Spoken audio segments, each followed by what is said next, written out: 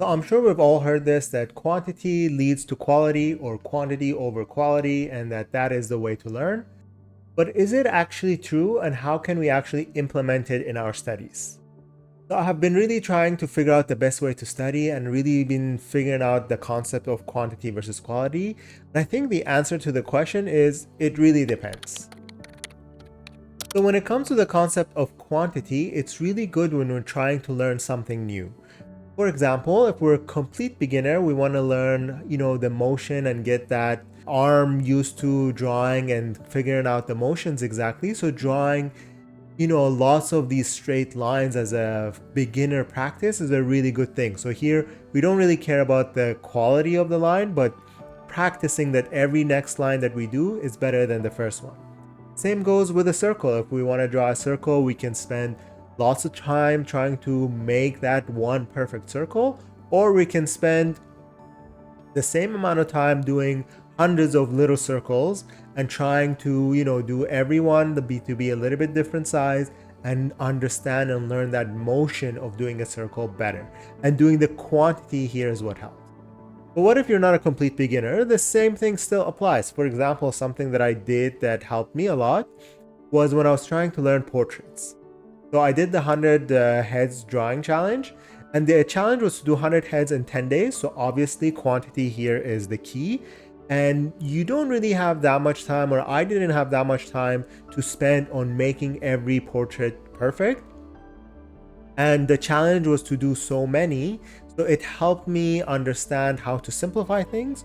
Also, by doing lots of quantities, I was exposed to different angles, different, shapes of the head, different ways of facial expressions and all of that. And it helped me understand how to draw the construction of the head better.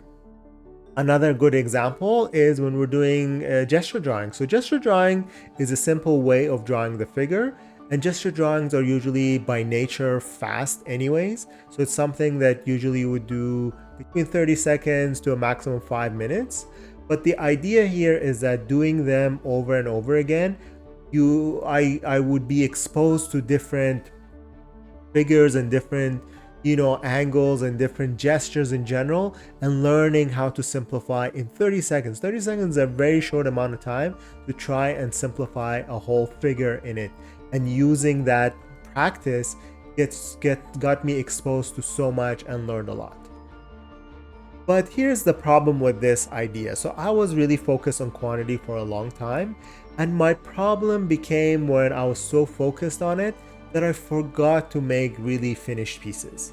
And I ended up looking back sometimes and I would see that I don't really have that many good finished pieces. So I think quantity is good when learning something new and trying to understand the concept in general.